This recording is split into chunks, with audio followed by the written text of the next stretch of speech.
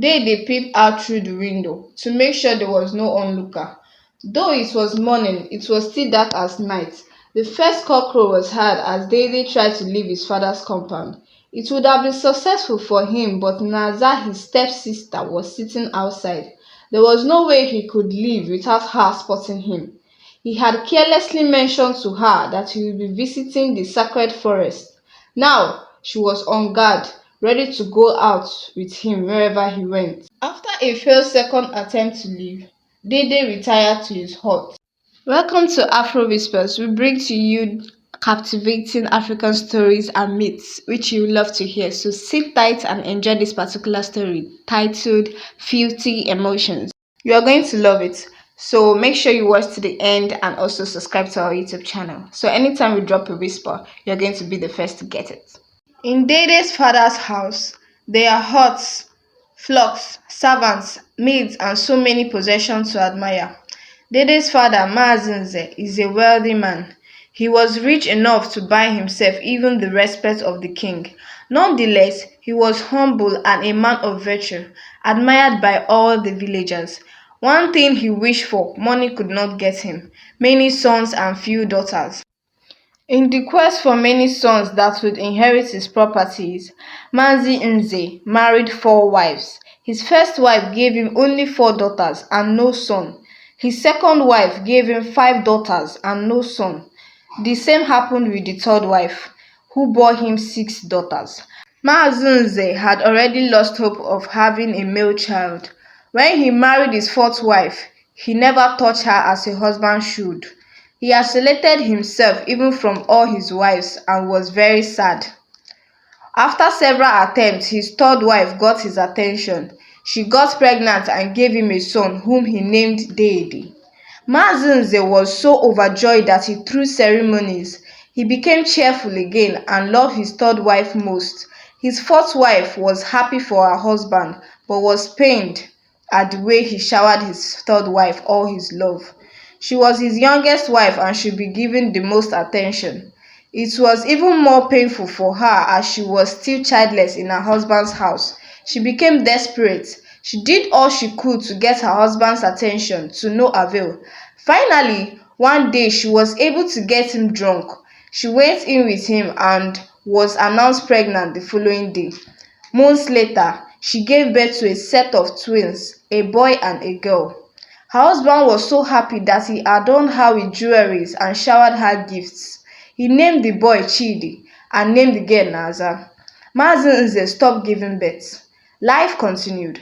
The 2 sons grew into handsome men. While Dede agreed to be hardworking, Chidi preferred to be served. Dede would go hunting with his father's men. He would fetch firewood for his father's wife. He would sharpen his machetes and increase his father's store with good harvest, whereas Chidi lived as a prince in his own world. Naza, on the other hand, was the most beautiful of all the daughters. She was a vibrant young maiden, cheerful and stunning. She got so fond of Dede that wherever she was, you would find Dede, and wherever Dede was, you would find her. Chidi's laziness made his father distressed, and so he loved Dede more. Chidi's mother was not happy about it. She feared that in the future her husband may give all his possessions to Dede. She began to talk to her friends about it. The boy's mother is using charms on her son to make him useless, one of her friends told her. You need to be careful, oh. Co-wives can be so hateful, another friend said. Chidi's mother was so worried as she let those words sink into her. She then sought her mother's advice. You need to take them out of the picture, her mother said firmly with a stern look. How, Mama? She asked worriedly. You need to eliminate them, her mother said boldly. Chidi's mother's eyes widened.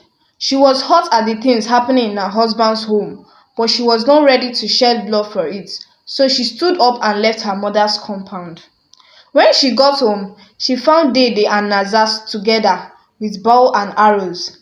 They were preparing to go hunting together. Naza's mother was so furious at her daughter for being with Dede that she yelled and dragged her away by the ear. Dede's mother heard the yell and ran out to calm the situation. Tell your son to stay away from my daughter, Naza's mother shouted angrily. When Mazi Nze came into the scene, Naza's mother immediately pretended to be calm. I was saying that Dede should carry his brother along in this hunting. Naza is only a girl, she lied for an explanation. She secretly gave Naza a mean look. Naza respectfully went into her hut. Soon her mother left for the stream. She immediately sneaked to the backyard. Dede was already waiting and together they went hunting. Some time later, one of the palm trees in Dede's father's farm produced huge ripe fruits. Mazi Nze called his sons to the harvest. As usual, Chidi showed no interest. Chidi's mother was not bothered, but when she heard her husband was secretly planning a reward, she began to urge her son to do it. Chidi too was greedy for the secret reward, so he decided to make an attempt. Dede's mother was unaware of the supposed reward, so when she tried to discourage Chidi, she did so innocently. Chidi, this will be your first time. It may be risky, she said. No harm in trying. He wants a good change, Chidi's mother replied calmly, but inwardly she cursed Dede's mother and thought she wanted the reward all to Dede. What if he breaks his arm? The harvest is huge, Dede's mother asked with pure concern. Chidi hissed silently and totally ignored her. After a few struggles, lazy Chidi fell off the tree and broke his arm. That woman is a witch. My son broke his arm. Just as she said it, Chidi's mother lamented to her mother some days after. Are you now ready to eliminate her and her son? Her mother asked, looking directly into her eyes. Chidi's mother was really desperate, so she gave in. Her mother went into her hut and brought out a wrap of something. She handed it to her. Mix this with his food. It kills at the spot, her mother said quietly. But Mama, how will I get his food without being caught? Chidi's mother asked. I thought you said your daughter Naza is close to him, her mother asked and smiled mischievously. Chidi's mother nodded and smiled too. Naza's mother also smiled and took the substance home. She began to wait for a perfect time. One day, Dede's mother woke up to a bad dream. She met the village seer, who revealed that her son's life was about to be taken by poison. She became cautious from then on. Days later, Dede returned from the farm tired. Naza offered to make him porridge. When no one was looking, Naza's mother poisoned the food. As Naza took the food to Dede, Dede's mother showed up. She remembered what the seer told her and yelled. You first taste of that food, she said to Naza. Naza was confused at first. Dede's mother kept insisting that Naza eat of the food in an angry manner. Naza, out of clear conscience, was going to eat it, but her mother, who had been watching, stopped her at the spot. No, not my daughter, Naza's mother yelled. Deep down, she was afraid. She must eat of the food she prepared, Dede's mother retorted. Mama, let me eat it. I made it myself, Naza persuaded. No, this woman is evil. Why the suspicion all of a sudden? This must be a trap, Naza's mother snapped. The household was at the scene by this time. The maids, the servants, Mazi Nze, and other wives with their children. Mazi Nze commanded them to be quiet. He asked his wife what happened.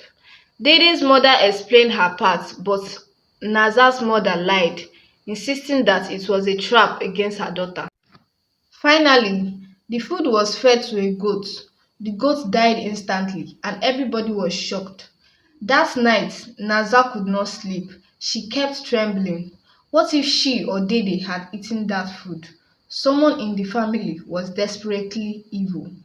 She could not remain in her hut, so she got outside and sat alone in the cold night. As she began to shiver, someone walked up to her and placed a cloth over her. She looked up to find Dede. She was too sober to look up into his eyes, so she looked away. She expected him to be angry at her for risking his life, but instead, he had faith in her innocence. Naza was pleased and was relieved. He wrapped his hands around her as she buried her head in his chest. Dede's mother remained very cautious about Naza's mother and asked Dede to stay away from Naza. Chidi kept misbehaving, Dede kept prospering. Naza and Dede got even more bonded that strangers mistook them for lovers. They enjoyed each other's company and hardly had time to associate with others. No one could bring them apart. Naza's mother lamented to her own mother about this and was advised to remain patient.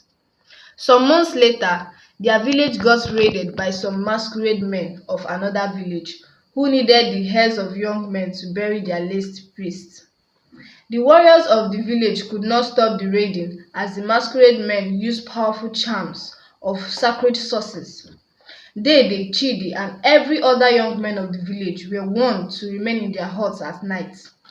Chidi's mother saw this as an avenue to eliminate Dede. She would lure him out using her daughter Naza. She smiled at her evil thought. One very night, Naza's mother pretended to be sick. She asked Naza to get herbs from her father's farm. Naza at first was reluctant because it was late, but as she feared for her mother's health, she agreed to go. She made to go alone, but as expected, Dede saw her and insisted on going with her. Naza feared that she was putting Dede's life in danger, but Dede remained adamant. Together, they left for their father's farm. Halfway down the path that led to the farm, the masquerade men attacked. Dede was with some of his hunting weapons. He stood his ground and defended their safety, but was overpowered by the use of charms. Dede was blindfolded and led away through the thick bushes. Naza wasn't attacked, she was left behind. She was given the chance to escape, but on contrary, she ran after them. Her concern for Dede was greater than her fear. She kept screaming after them, till eventually she got captured, blindfolded, and taken away captive. Naza's mother waited in vain for her daughter's return. She became scared and immediately raised alarm. She came out in the cold night, screaming till she woke the household. Reports reached the king the next day. Efforts were made to help, but all proved futile. In the kingdom where Dede and Naza were taken captive, all other captives were locked up. Naza was the only girl amongst them, amidst her radiant beauty and vibrant nature. Soon enough, she became the center of attention. She was able to get the king's attention, who in turn fell for her. He took her in and made her a royal concubine. He treated her with all respect. Naza did not forget who she was, so while she secretly met with Dede for her plans of escape, she wisely avoided getting intimate with the king. Her calm nature got her favored, and soon she discovered the source of the masquerade's sacred charms. Dede was excited when he heard this. That night, Naza got the king and his guards drunk. She stole the keys to the prison and narrowly escaped with Dede. They ran all the way to their village and headed straight for their king's palace. They explained their ordeals, and that very night the warriors marched out. They caught their enemies unawares and burnt their charms and shrines. Dede and Naza helped bring victory. The following morning, town criers went round the village to announce their victory. All rushed to the palace to celebrate. Mazi Nze and his household also heard the news and ran to the palace to reunite with Dede and Naza.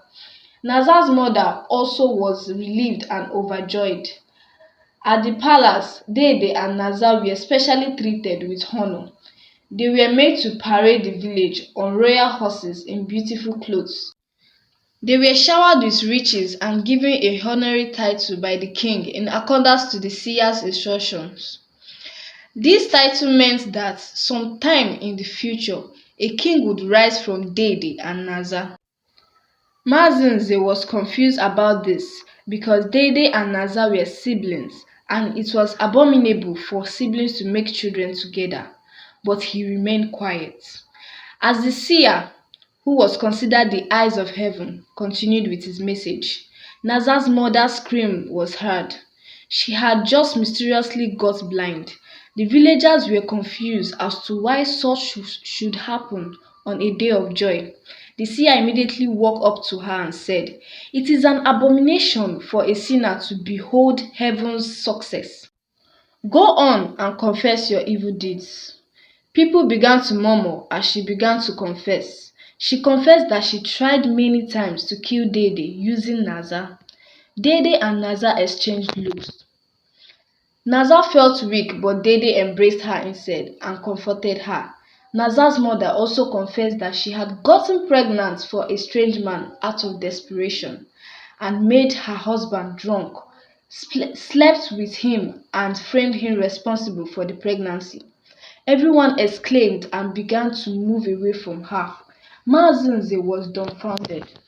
Chidi realized that he wasn't even a true son. He hid in shame.